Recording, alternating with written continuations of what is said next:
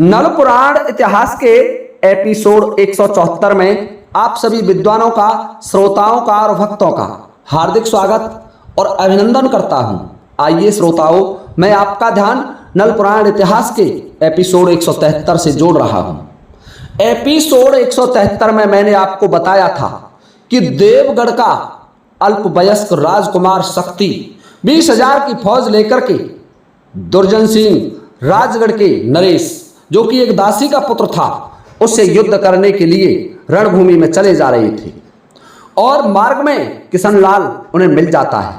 किशनलाल ने राजकुमार शक्ति को समझाया और शक्ति से कहा कि तुम अभी युद्ध में जाने लायक नहीं हो, तुम्हारे राज्य की रक्षा मैं करूंगा, क्योंकि मैं सम्राट नल का प्रतिनिधित्व कर रहा हूं। नल एक महान सम्राट हैं और उन्होंने अश्वमेध यज्ञ किया है, और यदि अश्वमेध यज्ञ किया है तो उनका दायित्व बनता है कि उनके राज्य में जहां भी कहीं अधर्म हो तो उसका डटकर मुकाबला किया जाए। देखिए श्रोताओं, किशनलाल ने राजकुमार शक्ति को समझाया और शक्ति को आश्वासन दिया कि जब तक किशनलाल जीवित है तब तक तुम्हारे देवगढ़ पर आंच भी नहीं आएगी। देवगढ़ की तरफ कोई नजर उठा करके भी नहीं देख सकता। हे श्रोताओं, उन दोनों में वार्तालाप चल रहा था।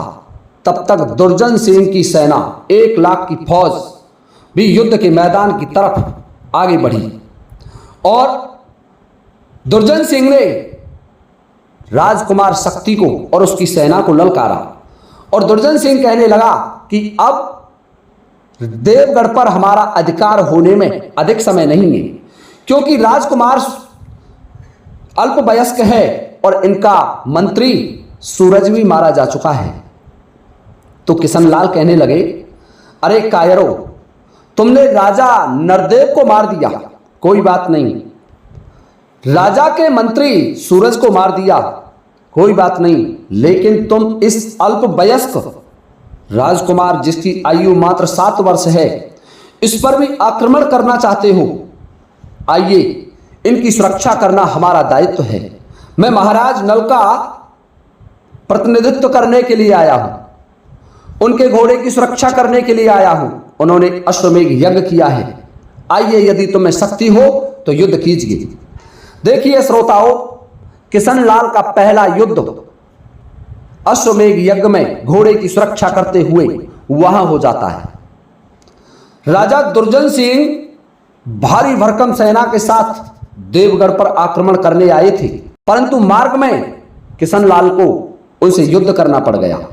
किशनलाल ने दुर्जन सिंह से युद्ध किया। देखिए श्रोताओं, यहां इतना ही लिखा हुआ है कि मार्ग में किशनलाल ने देवगढ़ की सुरक्षा के लिए राजगढ़ के महाराज दुर्जन सिंह से घनघोर युद्ध किया। और युद्ध करते करते 17 दिन व्यतीत हो गए, परंतु किसी भी पक्ष की ना जीत होती है और ना हार होती है। इधर पीछे से महाराज नल अपने गुप्तचरों को भेज देते हैं कि जाओ, किशनलाल और घोड़े की खोज करके आओ, कहां है, कहां चल रहा है, क्या कहीं युद्ध हुआ, किसी राजा ने घोड़े को पकड़ा या नहीं पकड़ा, घोड़ा सुरक्षित है या नहीं, चले जाइए। देखिए श्रोताओं, गुप्तचरों ने आकर के महाराज नल को सूचना दी कि महाराज, नरवरगढ़ की सेना का पहला युद्ध देवगढ़ और राजगढ़ की सीमाओं पर हो रहा है। देवगढ़ के अल्पवयस्क राजकुमार शक्ति की सुरक्षा करने के लिए तुम्हारे पुत्र किशनलाल ने राजगढ़ के राजा दुर्जन सिंह से युद्ध करने का निश्चय किया है और वहां उनमें घनघोर युद्ध चल रहा है। हे महाराज, लगता है कि किशनलाल उस युद्ध को जीत नहीं पाएंगे। जब महाराज नल ने यह बात सुनी तो अपने पुत्र ढोल कुमार को बुलाया और ढोल कुमार से कहा कि पुत्र, 2 लाख की फौज लेकर के तुम भी प्रस्थान करो, देवगढ़ की तरफ जाओ। श्रोताओं, 2 लाख की सेना लेकर के राजा नल पीछे से अपने पुत्र ढोल कुमार को भी भेज देते हैं। ढोल कुमार भी 2 लाख की फौज लेकर के किशनलाल की सहायता करने के लिए चल देता है। श्रोताओं, ढोल कुमार मार्ग में जा रहा है और वहां युद्ध भूमि में 17 दिन युद्ध करते करते व्यतीत हो जाते हैं, लेकिन किसी भी पक्ष की हार जीत का निर्णय ही नहीं हुआ। राजकुमार शक्ति किशनलाल से कहने लगे कि हे महाराज, हे महान सेनापति, हे राजा नल के प्रधान सेनापति, इस दुष्ट को मारना इतना आसान नहीं है, क्योंकि इस दुष्ट ने छल कपट के बिना कभी युद्ध ही नहीं किया, इसलिए आपको भी इसे छल कपट से मारना होगा। किशनलाल बोले कि मैं इस तरीके से छल कपट से किसी भी योद्धा का वध करना नहीं चाहता, मैं इसे रणभूमि में ही पराजित करूंगा। देखिए श्रोताओं, इस तरीके से युद्ध करते करते कई दिन और बीत जाते हैं। तब तक 2 लाख की फौज लेकर के ढोल कुंवर भी देवगढ़ की सीमाओं पर पहुंच जाते हैं। किशनलाल ने देखा कि ढोल कुंवर 2 लाख की फौज लेकर के देवगढ़ आ चुके हैं और उनका युद्ध शक्ति की सुरक्षा करने के लिए, देवगढ़ की सुरक्षा करने के लिए राजा दुर्जन सिंह से चल रहा है। किशनलाल ने ढोल कुंवर से कहा कि ढोल कुंवर, यह दुष्ट राजा है और इसका वध हम ऐसे नहीं कर सकते। इसके राज्य पर और इसकी सेना पर हमें तीनों तरफ से आक्रमण करना होगा। राजकुमार शक्ति, किशनलाल और ढोल कुंवर तीनों मिलकर के इस पर आक्रमण करेंगे और तब इस दुष्ट को समाप्त किया जा सकता है। देखिए श्रोताओं, एक तरफ से तो ढोल कुंवर ने आक्रमण किया और दूसरी तरफ से किशनलाल की सेनाओं ने आक्रमण किया और तीसरी तरफ से देवगढ़ की सेनाओं ने आक्रमण किया और दुर्जन सिंह की सेना को बीच में घेर लिया। 3 घंटे के युद्ध में दुर्जन सिंह की समस्त सेना मारी गई।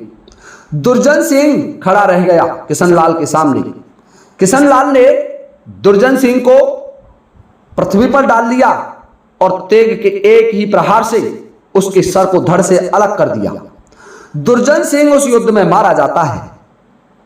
राजकुमार शक्ति बड़े प्रसन्न होते हैं और किशनलाल से कहने लगे कि हे महाराज, तुम्हें मैं एक वास्तविकता से और परिचित कराता हूं। वास्तव में यह दुर्जन सिंह राजा नहीं था।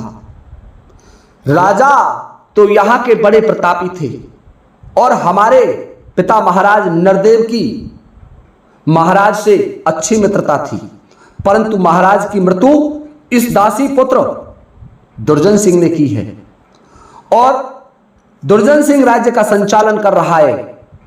महाराज का पुत्र जो राजा था यहां का, उसका पुत्र मलय केतु है और मलय केतु आज भी जीवित है, अपने गुरु के आश्रम में है। आप उसे जंगल से ले जाकर के राज्य अभिषेक करें ताकि वो धर्म का राज्य कर सके। देखिए श्रोताओं, किशनलाल उस गुरुकुल में पहुंचते हैं जहां राजकुमार मलय केतु राजगढ़ के राजा के पुत्र थे। वो अध्ययन कर रहे थे, गुरु के आश्रम में प्राण बचा करके छुप रहे थे। वहां पहुंच जाते हैं। उनके गुरु ने किशनलाल से पूछा कि तुम कौन हो और यहां किस प्रयोजन से आए हो। तो उन्होंने साफ साफ बता दिया कि मैंने इस राजगढ़ के दुष्ट राजा दुर्जन सिंह का वध कर दिया है और मुझे सूचना मिली है कि राजकुमार मलय केतु अपने गुरु के आश्रम में छुपे हुए हैं। इसलिए हे गुरुदेव, आप राजकुमार मलय केतु को लेकर के चलें और उन्हें राजगढ़ का राज तिलक करेंगे, राजगढ़ में जाकर के उनका राज्याभिषेक करेंगे। देखिए श्रोताओं, किशनलाल की बात सुनकर के राजगुरु बड़े प्रसन्न होते हैं और राजकुमार मलय केतु को अपने पास बुलाते हैं।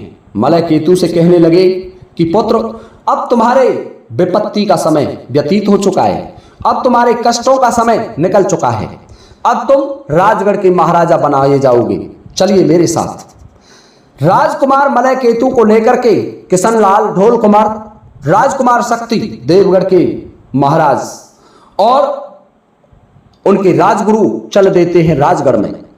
राजगढ़ के राज दरबार में आए तो वहां राजकुमार मलय केतु का बड़ा स्वागत हुआ। जनता ने अपने राजा के पुत्र को, राजा दिवंगत हो चुके थे, उनके पुत्र का बड़ा भव्य स्वागत किया। किशनलाल ने राजकुमार मलय केतु को राजगढ़ की राजगद्दी पर बैठा दिया और उनका राज्याभिषेक करा दिया गया। देखिए श्रोताओं, राजपुरोहित और राजकुमार मलय केतु बड़े प्रसन्न होते हैं और किशनलाल से कहने लगे कि हे महान राजन, तुमने हमारी ऐसे समय में सहायता की कि इस राज परिवार का नष्ट होना निश्चित था, परंतु आपने नष्ट होते हुए इस राज परिवार की रक्षा की है।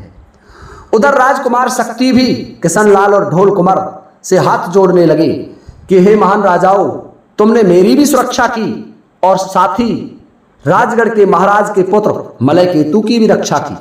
आप धन्य हैं। और दोनों राजगढ़ और देवगढ़ 20-20 हजार की फौज किशनलाल और ढोल कुमार के साथ भेज देते हैं उनकी सुरक्षा के लिए। देखिए श्रोताओं, वहां से घोड़ा आगे चल देता है। वहां 25 दिन के युद्ध का वर्णन लिखा हुआ है कि वहां देवगढ़ और राजगढ़ में 25 दिन तक युद्ध चला था।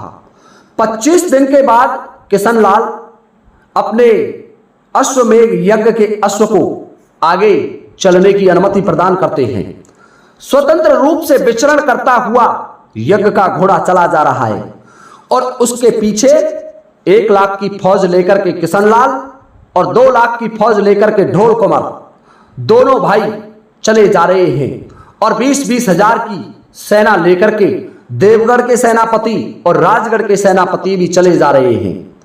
भारी भरकम फौज उस घोड़ा की सुरक्षा के लिए चली जा रही है। श्रोताओं, मार्ग में जो भी राजा मिलता और घोड़े के मस्तक पर लिखी हुई चुनौती को पढ़ता तो कोई भी घोड़े को पकड़ने का दुस्साहस नहीं करता। सोच लेता कि यह महाराज नल का घोड़ा है और इसे पकड़ने का मतलब है कि सीधे मृत्यु को निमंत्रण देना।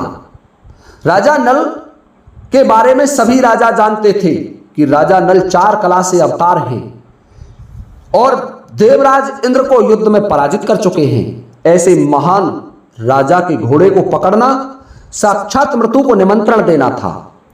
घोड़ा निर्भीक रूप से घूमता हुआ चला जा रहा है और गुप्तचर लगातार राजा नल को सूचना दे रहे हैं कि महाराज, देवगढ़ से और राजगढ़ से किशनलाल और ढोल कुमार युद्ध को समाप्त करके आगे बढ़ गए हैं। राजगढ़ में मलय केतु को राजा बना दिया गया है और राजा दुर्जन सिंह मारे गए हैं। धीरे धीरे घोड़ा घूमता हुआ चला जा रहा है। जिस राज्य की सीमा में घोड़ा प्रवेश करता, वहां के राज सैनिक वहां के राजा को सूचना देते और राजा उस घोड़े के सिर पर लिखी हुई पत्रिका को पढ़ता और घोड़े को आगे जाने देता। कोई भी उस घोड़े को पकड़ने का दुस्साहस नहीं कर रहा है। देखिए श्रोताओं, घोड़ा घूमता घूमता चला जा रहा है और एक पुंड्रू देश था। पुंड्रू देश का वर्णन लिखा हुआ है। एक पुंड्रू देश था और वहां एक शंखपाल नामक राजा राज्य करता था। राजा शंखपाल बड़ा प्रतापी था और भगवान शंकर का वरदानी भी था। आपको एक बात और बताना चाहूंगा पुंड्रू देश से संबंधित। ये वही पुंड्रू देश है कि यहीं आगे चल के इसी देश में पौंड्रक जैसे राजा होंगे, जो कि द्वापर युग में हुआ था। और ये बात कर रहा हूं मैं त्रेता युग के अंतिम चरण की। भगवान श्री राम की 4वीं या 5वीं पीढ़ी की बात चल रही है। और पुंड्रू देश पर आगे चलकर के पौंड्रक हुआ, जो स्वयं को भगवान कहता था, स्वयं को वासुदेव पौंड्रक कहता था। वो इसी पुंड्रू देश का राजा था। वहीं का राजा शंखपाल था और राजा शंखपाल बड़ा पराक्रमी और भगवान शिव का वरदानी था। भगवान शिव की तपस्या के कारण उसे अजेयता का वरदान प्राप्त था। उसे जीतना इतना आसान नहीं था। जब महाराज नल के यज्ञ के घोड़ा ने पुंड्रू देश की सीमा में प्रवेश किया और पुंड्रू देश के सैनिकों ने उस घोड़े के सिर पर लिखी हुई पत्रिका बांची, तो सैनिकों ने अपने महाराज शंखपाल को जाकर के सूचना दी कि महाराज शंखपाल एक नरवरगढ़ का राजा है जिसका नाम नल है और उसने अश्वमेघ यज्ञ का आयोजन किया है और उसके लिए घोड़े के मस्तक पर एक पत्रिका बंधी हुई है और उस पत्रिका में लिखा हुआ है कि कोई भी राजा यदि शक्ति रखता हो तो हमारे घोड़े को पकड़े और जो हमारे इस घोड़े को पकड़ेगा उसे राजा नल की सेना से युद्ध करना पड़ेगा। राजा नल से उसका सामना होगा, महाराज नल स्वयं उससे युद्ध करने आएंगे। और यदि घोड़े को नहीं पकड़ता है तो घोड़ा उसके राज्य की सीमा से निकल जाएगा और उस राज्य को अपना मित्र मान लिया जाएगा। इस यज्ञ के बाद महाराज नल अपने खाड़े की पूजा करके रख देंगे, फिर कभी खाड़ा नहीं उठाएंगे, फिर कभी तेग नहीं उठाएंगे, अपना तेगा पूज करके रख देंगे। राजा शंखपाल अपने सैनिकों को आदेश देता है कि हमारे राज्य की सीमा में जब घोड़ा आ गया तो उसे पकड़ लिया जाए, जाओ उस घोड़े को पकड़ो और 1 लाख की सेना लेकर के सेनापति को भेजा जाए। जो घोड़े की सुरक्षा करने के लिए सेना उसका पीछा कर रही है, उसके साथ आ रही है, उसे पुंड्र देश की सीमा से मार मार करके दूर भगा दिया जाए। देखिए श्रोताओं, राजा शंखपाल ने अपने सैनिकों को भेज दिया और उन सैनिकों ने राजा नल का घोड़ा पकड़ लिया। घोड़े को पकड़ करके सैनिकों ने बांध लिया। अब देखिए यहां से आगे का वर्णन मैं आपकी सेवा में अगले वीडियो में लेकर के उपस्थित हो जाऊंगा। तब तक के लिए आप सभी से चाहता हूं अनुमति इस वीडियो को विराम देने की। इसी के साथ जय हिंद, जय भारत।